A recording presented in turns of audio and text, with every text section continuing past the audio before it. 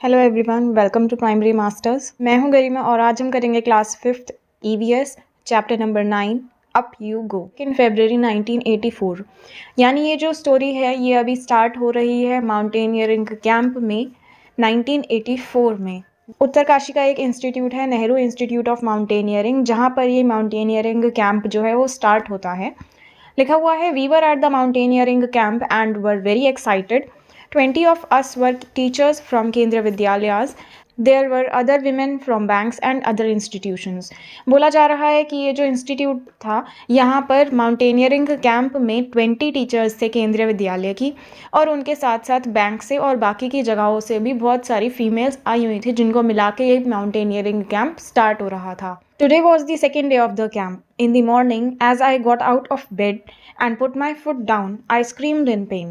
I remember yesterday's 26-kilometer walk with the heavy rucksack on my back. I was afraid to go back to that steep climb and the rough, narrow path. यहाँ आपको एक photo दिख रही होगी, ये photo है Sangeeta ma'am की, जो केंद्रीय विद्यालय की ही एक टीचर थी और इस कैंप में थी। ये बताती हैं कि ये जो सिचुएशन बता रही हैं ये इनकी कैंप स्टार्ट होने के बाद सेकेंड डे की सिचुएशन है। ये मॉर्निंग में उठती हैं, बेड से नीचे उतरती हैं, पैर जैसे ही ये ज़मीन पर रखती हैं तो इनको बहुत तेज़ पैर में दर्द होता है और चिल्ला पड़ती हैं। ये उन्हें एकदम से याद आता है कि हाँ, इनके पैर में जो दर्द है वो कोई नॉर्मल दर्द नहीं है, ये इस वजह से हुआ है क्योंकि पिछले ही दिन यानी फर्स्ट डे जो इनका कैंप का था उसमें ये 26 किलोमीटर्स तक हैवी रक्सैक अपनी पीठ पर लेकर चली थी। इसी वजह से उनके पैर में बहुत ज़्यादा दर्द था। इसके साथ साथ वो ये भी बता रही हैं कि जब वो माउंटेनियरिंग कर रही थी तो चढ़ना आसान नहीं था, वापस उस चीज़ को सोचते हुए, क्योंकि वो रास्ता जो था वो बहुत ज़्यादा नैरो था, यानी कि पतला था। काफ़ी बार जब माउंटेनियरिंग करते हैं तो ऐसे रास्ते आते हैं जहाँ सिर्फ एक टाइम पर एक ही इंसान निकल सकता है, तो वो बहुत रिस्की सिचुएशन हो जाती है। With the tears in my eyes I started walking slowly towards the room of brigadier Gyan Singh, the director of our adventure course. I was thinking of what I would say to excuse myself from that day's trek. तो उनकी आंखों में आंसू आ रहे थे और ऐसी ही situation में ऐसा ही फेस लेके वो अपने एडवेंचर कोर्स के जो उनके डायरेक्टर थे ब्रिगेडियर ज्ञान सिंह, उनके रूम की तरफ सुबह ही वो चलने लगती हैं, ये सोच के कि हो सकता है इनकी सिचुएशन देख के वो ब्रिगेडियर ज्ञान सिंह जो हैं उनको इस दिन के लिए माफ़ कर दे, कह दे कि हाँ तुम इस दिन ट्रैकिंग मत करो क्योंकि तुम्हारे दर्द हो रहा है और तुम रेस्ट कर लो। यही सोच रही थी कि वो वहाँ जाकर क्या कहेगी, लेकिन एकदम से suddenly I heard his deep voice from behind. वो उनके रूम तक पहुँची ही थी तभी पीछे से उनको उन्हीं की आवाज़ बहुत तेज़ सुनाई देती है। Madam, what are you doing here at breakfast time? Hurry up, otherwise you will have to trek on an empty stomach.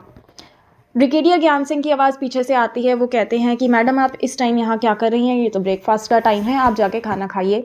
अगर आप खाना नहीं भी खाती हैं तो भी आपको ट्रैकिंग करनी पड़ेगी, चाहे खाली ही पेट आपको आगे बढ़ना पड़े। सर आई कुड नॉट से एनी मोर। संगीता मैम अब उनसे अपनी बात कहना ही चाह रही थी, उन्होंने फिर से अपनी बात कहते हुए सिर्फ सर ही कहा था इतनी देर में। ब्रिगेडियर ज्ञान सिंह कहते हैं, you have come to tell me that you have blisters on your feet that you can not walk, isn't it? Brigadier Gyan Singh सामने से ही कहते हैं कि हाँ मुझे पता है आप यहाँ क्या कहने आई हैं, आपके पैरों में छाले पड़ गए हैं, आपके पैरों में दर्द हैं, आप और नहीं चढ़ सकती, ये सब मुझे पता है, लेकिन इससे कोई फ़ायदा नहीं होगा। क्या मैं सही कह रहा हूँ? संगीता मैम कहती है, यस सर। तो ब्रिगेडियर ज्ञान सिंह कहते हैं, that is nothing new, now get ready quickly. Brigadier Gyan Singh कहते हैं, ये कोई नई बात नहीं है मेरे लिए, ये तो मैं हर दूसरे दिन सुनता ही रहता हूँ। चलिए जाइए और तैयार हो जाइए। पेज नंबर 77 पर लिखा हुआ है, I hung my head and rushed back to get ready. I had just turned when I heard his voice again. Listen madam, you will lead group number 7. You will have to help any member who has difficulty climbing the mountain.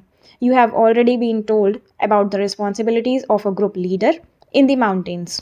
अपने room में जाके तैयार होने के लिए मुड़ी ही थी वो कि इतनी देर में ब्रिगेडियर ज्ञान सिंह की आवाज़ फिर से आती है और वो कहते हैं कि मैडम आपको ग्रुप नंबर 7 का ग्रुप लीडर भी बनाया जाता है। अगर आपके ग्रुप में से किसी मेंबर को कोई परेशानी होती है, चढ़ने में दिक्कत होती है, तो आप उसकी मदद भी करेंगी, और ग्रुप लीडर जो होता है उसकी जितनी भी रिस्पॉन्सिबिलिटीज़ होती है माउंटेनियरिंग के टाइम पर, आप उन सभी रिस्पॉन्सिबिलिटीज़ को फुलफ़िल करेंगी। तो यानी कि संगीता मैम से खुद भी नहीं चला जा रहा था, लेकिन यहाँ पर ब्रिगेडियर ज्ञान सिंह ने उनको एक और रिस्पॉन्सिबिलिटी दे दी। अब जब भी इस तरीके का कोई एडवेंचर ट्रिप होता है, स्पेशली जब ऐसा ऑर्गेनाइज्ड होता है किसी इंस्टीट्यूट की तरफ से, जैसे यहाँ Nehru institute of mountaineering Uttarkashi की तरफ से ये सब कुछ ऑर्गेनाइज हो रहा था, तो यानी कि जब ये स्टार्ट हुआ होगा उससे पहले इनको ट्रेनिंग मिली होगी। उस ट्रेनिंग में जो ग्रुप लीडर बनता है उसकी जितनी रिस्पॉन्सिबिलिटीज़ होती हैं उन सब के बारे में बताया गया होगा। उन्हीं में से रिस्पॉन्सिबिलिटीज़ जो हैं यहाँ पेज नंबर 77 पर लिखी हुई हैं। I started thinking about what a leader must do.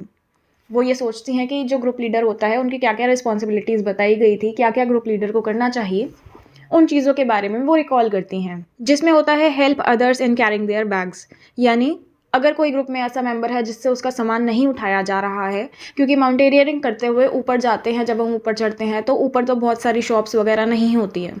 जब हम ऊपर की तरफ चढ़ने लगते हैं तो वहाँ पर अपना पीने का पानी, खाना, ज़रूरत का सामान जैसे टेंट जहाँ हमें लगाना है वो सामान, रोप्स, हुक्स और भी बहुत सारी चीज़ें जो हमें माउंटेनियरिंग के टाइम पर चाहिए होती है, वो सारी चीज़ें हर इंसान अपना सामान खुद उठाता है।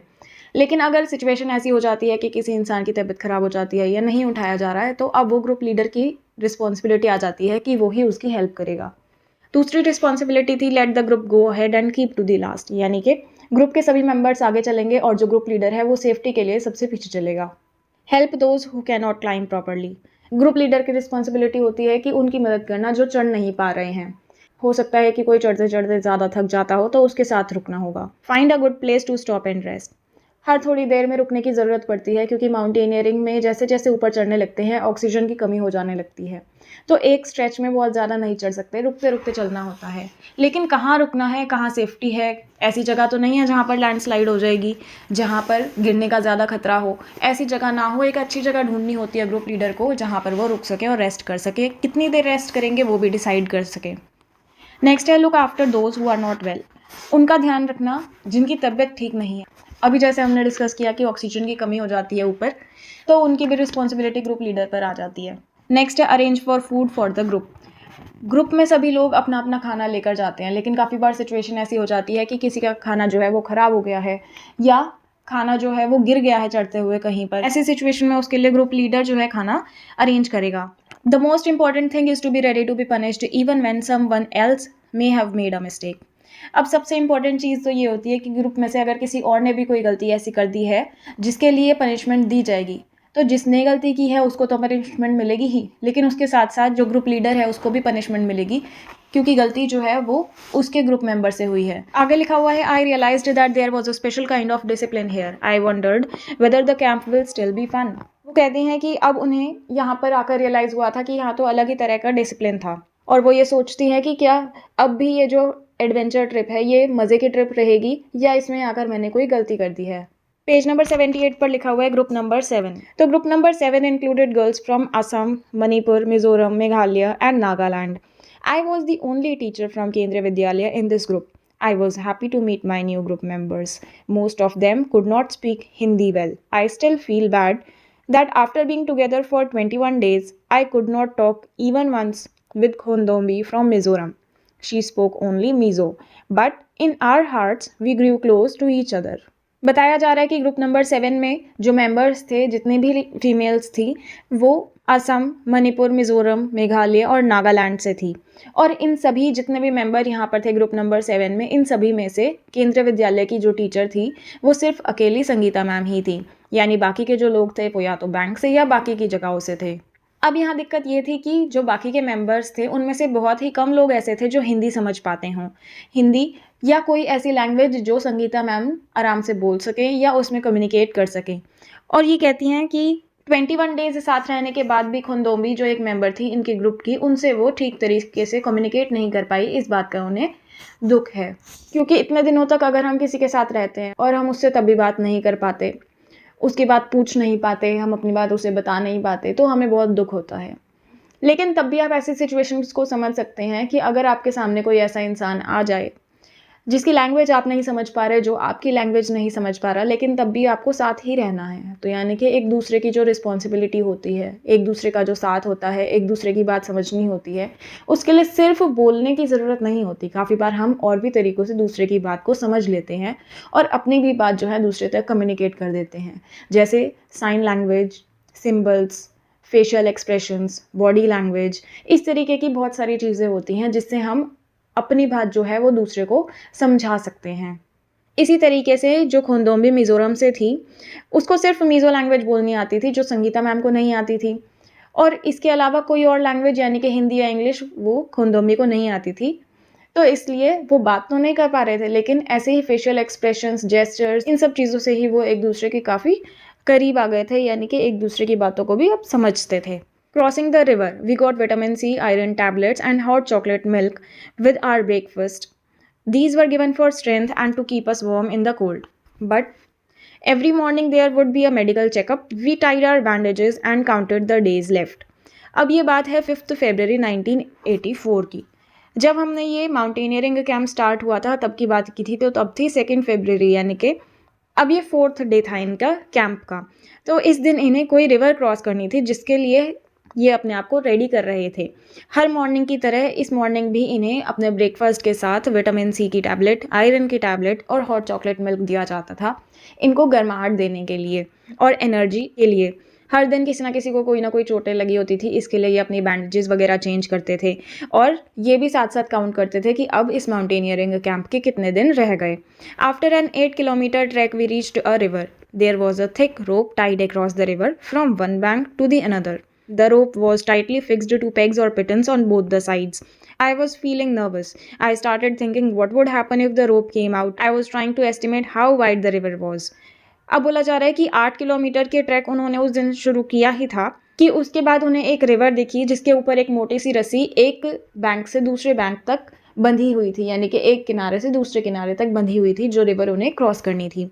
अब वो ये देख के समझ ही गई थी कि उन्हें ये जो रिवर है, ये इसमें से तैर के उन्हें क्रॉस नहीं करनी है, बल्कि इस रोप से उन्हें ये रिवर क्रॉस करनी है। ये देख के संगीता मैम डर गई और उन्होंने सोचा कि अगर ये रोप टूट गई तो क्या होगा।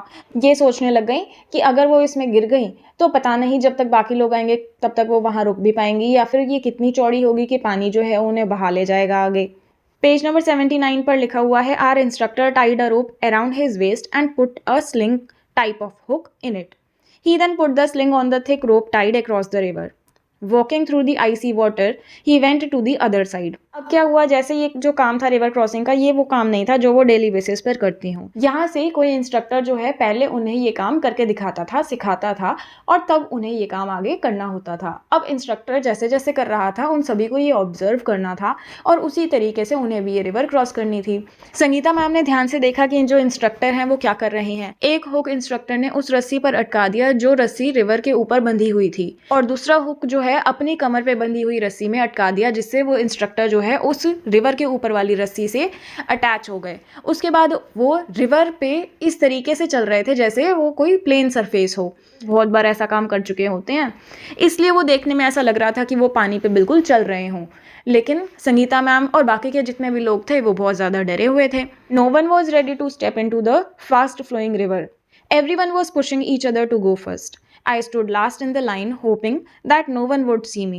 Just then, our instructor came near me with the sling and rope in his hands. I knew there was no escape now. I was ready, but did not have the courage. Sir could guess my fears. He called out loudly, 3 cheers for Sangeeta ma'am. And before I knew it, someone had gently pushed me into the water. अब किसी को भी वहाँ जाने की हिम्मत नहीं हो रही थी, क्योंकि ऐसा जो काम था वो किसी ने नहीं किया था। माउंटेन में ये रिवर थी, यानी कि पानी जो था वो बहुत ही ठंडा था। अब ऐसी सिचुएशन में हर कोई डर रहा था और छुपने की कोशिश कर रहा था, लेकिन जो इंस्ट्रक्टर थे वो सीधे संगीता मैम के पास आ गए और उन्हें वो रोप और हुक दे दिया। अब ये देख के संगीता मैम समझ ही गई थी कि अब यहाँ से बचने का कोई रास्ता नहीं है, उन्हें ये काम करना ही पड़ेगा। लेकिन संगीता मैम की शक्ल देखकर वो इंस्ट्रक्टर समझ गए थे कि संगीता मैम तो बहुत डरी हुई हैं, तो वो सभी के सामने इस तरीके से बोलने लगे, 3 चीयर्स फॉर संगीता मैम। तो सभी जो हैं वो सब उनको एनकरेज करने लग गए और देखते ही देखते किसी ने उन्हें वहाँ से थोड़ा सा पुश भी कर दिया, यानी कि धक्का भी दिया, जिससे वो आगे की तरफ बढ़ने लगी और रिवर जो है वो क्रॉस करने लगी। I felt as if my feet were frozen. I started shivering. My teeth were chattering. I caught hold of the rope and started putting my feet firmly on the riverbed. As I walked further in, the river got deeper and slowly the water reached up to my neck. In the middle of the river, I lost my balance and started slipping. I was so scared and felt so cold that the rope slipped from my hands. I started shouting for help. I was sure I would be carried away by the river. But no, I found that I was tied with the rope to the sling. Hold the rope, hold the rope. I could hear the shouts. I somehow managed to get hold of the rope and pull myself forward. Slowly, with some courage, I reached the river bank. I felt a special kind of happiness. इतना ठंडा था कि उनके पैर जैसे जमने लग गए हों, दांत जो है ठंड से कटकटाने लग गए और पूरी बॉडी जो है वो कांपने लग गई। उनकी कमर पे भी एक रस्सी बंधी हुई थी और वो रस्सी जो थी हुक से उस रस्सी से अटैच हुई थी जो रिवर के ऊपर बंधी हुई थी। उन्होंने उस रस्सी को हाथ से पकड़ लिया। जैसे जैसे पानी में वो अंदर जाने लगी उन्हें ठंड और ज़्यादा लगने लग गई और डर इतना ज़्यादा लग रहा था कि बीच में जैसे वो रिवर के पहुंची वहां पहुंच के उनका पैर जो था वो फिसल गया। फिसलने की वजह से वो और ज़्यादा डर गई और वहाँ झटपटाने लगी। लेकिन उन्होंने जैसे ये सोचा कि वो डूब जाएंगी, वो मर जाएंगी यहाँ पर, उन्हें एहसास हुआ कि पानी जो है वो उनके गर्दन तक तो आया, लेकिन उसके बाद तो सिर्फ वो अपने डर की वजह से ही ज़्यादा परेशान हो रही थी। असल में तो वो उस रस्सी से बंधी हुई थी और वो डूब ही नहीं रही थी। और उन्होंने ध्यान दिया तो सभी लोग उनको कह रहे थे कि रस्सी पकड़ो, hold the rope, hold the rope, यानी कि वो जो रस्सी है जो तुमने अब छोड़ दी है हाथ से उसको पकड़ो, तुम बंधी हुई हो रस्सी से ही। तो उन्होंने सबकी बातें सुनी और उनमें हिम्मत आई। उन्होंने रस्सी फिर से पकड़ी और आगे की तरफ बढ़ती गई। वो थोड़ी ही देर में रिवर क्रॉस करके दूसरी तरफ पहुंच गई। जब उन्होंने अपने आप को देखा कि उन्होंने इतना बड़ा काम कर लिया है तो उन्हें ही यकीन नहीं हुआ।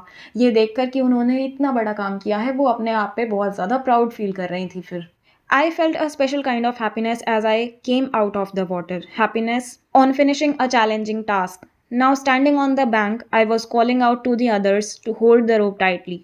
I knew that this confidence was a result of facing a challenge with courage.